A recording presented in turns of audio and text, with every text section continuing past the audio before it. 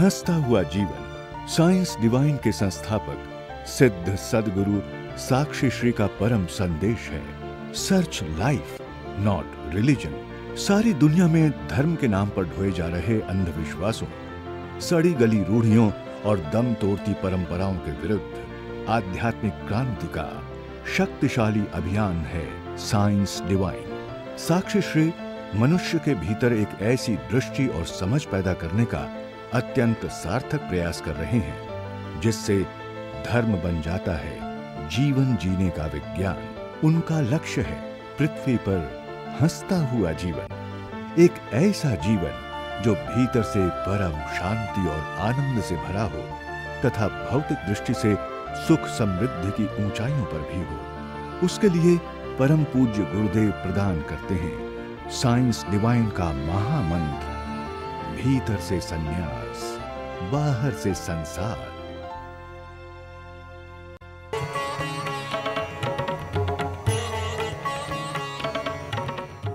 आपने मुझसे चाहा था कि आज कैसे करें प्रार्थना पूजा के संबंध में कुछ चर्चा करूं। उसके पहले के इस संबंध में चर्चा करूं, कुछ महत्वपूर्ण बातें आपसे कर लेना चाहता हूं। मेरा मानना है धर्म समझ की क्रांति है। अगर आपके भीतर जीवन के प्रति समझ आ जाए तो अलग से घंटे आध घंटे बैठकर पूजा प्रार्थना की जरूरत नहीं है। आपका शरीर ही मंदिर बन सकता है, आपकी सांस सांस प्रार्थना बन सकती है। आप जहां पर उपस्थित हो वही मंदिर, वही मस्जिद, वही काशी, वही काबा, वही कैलाश। सिर्फ समझ की क्रांति चाहिए। और आपके भीतर नासमझी कूट कूट कर भरी है, इसीलिए समझ की क्रांति आपके भीतर पैदा नहीं हो पाती है। सबसे पहली बात समझ की क्रांति के लिए जरूरी है कि मनुष्य अपने अनुभव से सीखना शुरू कर दे। लेकिन मनुष्य की सबसे बड़ी भूल है कि वो अपने अनुभव से कभी सीखता नहीं है। आज कोई भूल करता है, कल भी वही भूल करता है, परसों भी वही भूल करता है।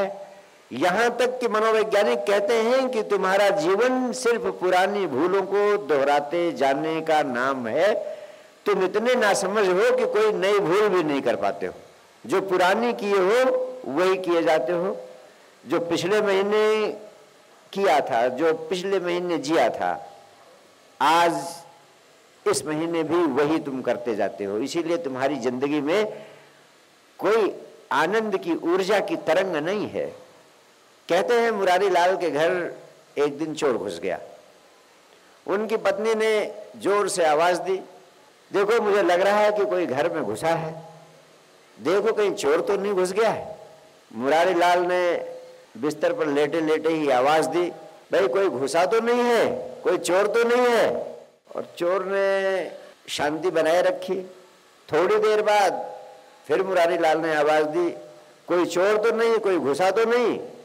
चोर ने कहा नहीं नहीं, चिंता की कोई बात नहीं, कोई नहीं घुसा है। जब उन्होंने सुना कोई नहीं घुसा है तो निश्चिंत होकर सो गए। सुबह देखा तो घर में चोरी हो गई थी। पत्नी ने बहुत धमकाया, मैंने सचेत किया था, तब भी तुम देख नहीं सके। मुरारी लाल ने कहा, मैंने अपने कानों से सुना था, सीधे सीधे सुना था, बिल्कुल साफ आवाज आई थी कि कोई नहीं घुसा है। ऐसे आदमी के घर निश्चित रूप से दोबारा चोरी होना स्वाभाविक है। और कहते हैं 15-20 दिन बाद वही चोर फिर घुस गया।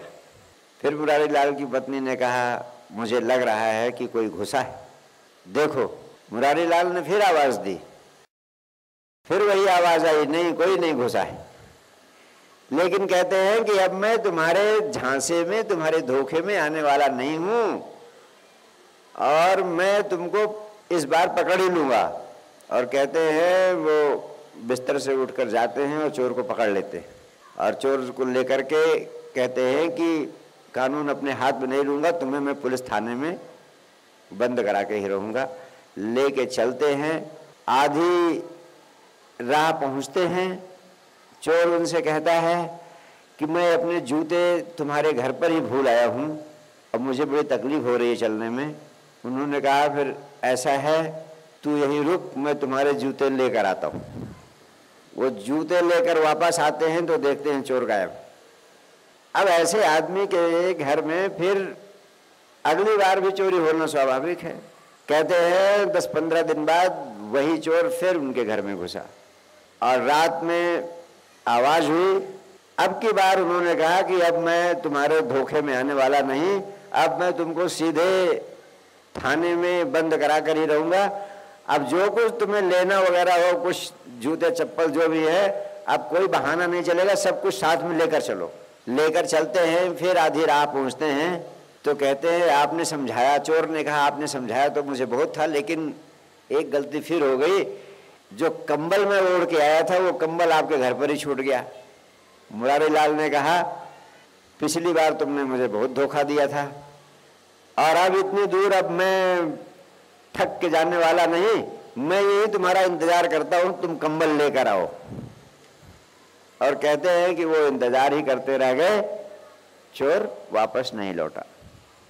जहां भी मैं ये कहानी लोगों को सुनाता हूं, लोग मुरारी लाल पर हंसते, कितना नासमझ आदमी। लेकिन सारे संबुद्धों को तुम्हारे ऊपर हंसी आई है कि तुम कितने नासमझ हो। जैसे मुरारी लाल अपने किसी अनुभव से नहीं सीखता है, तुम भी क्या अपने अनुभव से सीखते हो? जो कुछ तुम कर रहे हो इससे क्या तुम्हें कुछ मिल रहा है, ये तुमने सोचा? धर्म के नाम पर भी जो कुछ आप कर रहे हो, जो पूजा करते हो, जो प्रार्थना करते हो, धर्म का जो उद्देश्य था, जिस उद्देश्य से आपने धर्म को, परमात्मा को, प्रार्थना को, पूजा को पैदा किया, क्या वो सब कुछ मिल रहा है आपको? कल भी नहीं मिला, उसके पहले भी नहीं मिला था, आज भी नहीं मिल रहा है, लेकिन तुम वही करते जा रहे हो, वही करते जा रहे हो, वही करते जा रहे हो। अपने ऊपर हंसी क्यों नहीं आती? जो मुरारी लाल ने पहली बार गलती की थी, वही दूसरी बार की, वही तीसरी बार की, तरीका थोड़ा बदल गया। वैसे आपके भी तरीके थोड़े बदल जाते हैं, लेकिन वही काम निरंतर करते जाते हो। अपने से ही नहीं पूछ पाते हो कि आखिर जो तुम कर रहे हो उससे तुम्हें अब तक क्या मिला है और फिर आगे क्या मिल जाएगा। ये बहुत बड़ा प्रश्न है जो समझ की क्रांति के लिए जरूरी है।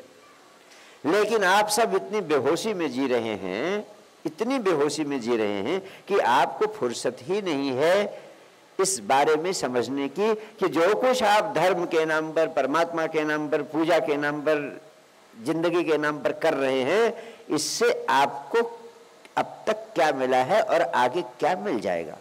कहते हैं मन्नालाल मारवाड़ी की मृत्यु हुई और एक अद्भुत बात हुई, जब उनके प्राण पखेरु उड़े, उसमें परलोक में संजोग से धर्मराज बहुत अच्छे मूड में थे, in a very happy and pleasant mood. उन्होंने कहा भाई कुछ भी किया हो इसने, कैसे भी जिंदगी जिया हो, अच्छा किया हो, बुरा किया हो, आज मेरे मन में आ रहा है कि ये जहां जाना चाहे वहां भेज देते हैं, स्वर्ग जाना चाहे स्वर्ग भेज देते हैं, नरक जाना चाहे वहां नरक भेज देते हैं। मन्नालाल मारवाड़ी से पूछा कि आखिर कहां जाना चाहते हो, स्वर्ग या नरक? उन्होंने कहा प्रभु जहां 2 पैसे कमाई का जुगाड़ हो वहां भेज दो, स्वर्ग में जाऊं या नरक में जाऊं क्या फर्क पड़ता है, जहां 2 पैसे कमाई का जुगाड़ हो वहां भेज दो। तुम भी इतना बेहोशी में जी रहे हो कि तुम्हारे ऊपर कोई फर्क नहीं पड़ता है, क्या पूजा कर रहे हो, क्या प्रार्थना कर रहे हो, क्या जिंदगी जी रहे हो, और जो जिंदगी जीते हुए तुम कर रहे हो उससे तुम्हें कुछ मिल रहा है या नहीं मिल रहा है। कल मिला कि नहीं मिला, उसके पहले मिला कि नहीं मिला, आज मिला कि नहीं मिला, सब जानते हो कि कुछ नहीं मिल रहा है, फिर भी वही करते चले जा रहे हो, फिर भी वही करते चले जा रहे हो। जो कुछ करो उससे अगर कुछ नहीं मिल रहा है तो उसे छोड़ने का साहस होना चाहिए, पहली बात जरूरी है समझ की क्रांति के लिए। कहते हैं गधे भी अपने अनुभव से सीख लेते हैं, गधे भी अपने अनुभव से सीख लेते हैं, जानवर भी अपने अनुभव से सीख लेते हैं, लेकिन मनुष्य ऐसा गधा है कि वो अपने अनुभव से भी नहीं सीखता है। कहते हैं एक बहुत बड़ा वैज्ञानिक, तर्कशील, बुद्धिजीवी, वो किसी बंदर पर प्रयोग कर रहा था कि बंदरों में कितनी प्रतिभा होती है, कितनी समझ होती है। उन्होंने एक छप्पर में ऊंचाई से एक केला लटका दिया और ये जानना चाहा कि ये बंदर अपनी बुद्धि का प्रयोग करके इस केले को पा सकता है या नहीं पा सकता है। केला बंदर के लिए वैसे ही बहुत बड़ी आकर्षण की चीज है। केला सामने हो और आप सोचें कि बंदर अनासक्त भाव से केले को देख लेगा, यह संभव नहीं है। केला देखते ही उसके प्राण छटपटाने लगते हैं उसे पाने को। उसने चारों ओर देखा ताका, लेकिन किसी तरीके से उस लटकते हुए केले को पाने की जुगत नहीं भिड़ा पाया। उसको सहायता देने के लिए वैज्ञानिक बाहर से लकड़ी के डिब्बे ले आया। एक डिब्बा लाया, 2 लाया, 3 लाया, दीवार के सहारे लगाता गया।